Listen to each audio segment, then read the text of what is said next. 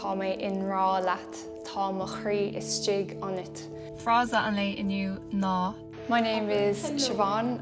I run a page called Gaeilge Vibes on Instagram and TikTok.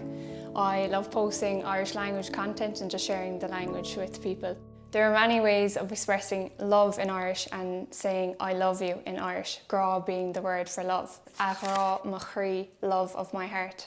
Is tú mo gra Gaeilge, meaning you are my shining or my bright love. I particularly love this phrase as Gaeilge comes from the word Gaeilge, which means moon. Tá mo chrí is stig on it. My heart is within you. I think that's a very, very powerful, very expressive phrase. More simply than that, you can say, Tá mé in rá leat, I am in love with you. To make that a bit stronger, you might say, Tá mé dúnta in rá leat, I'm completely, madly closed off in love with you. A chuisle mo chrí, which means pulse of my heart.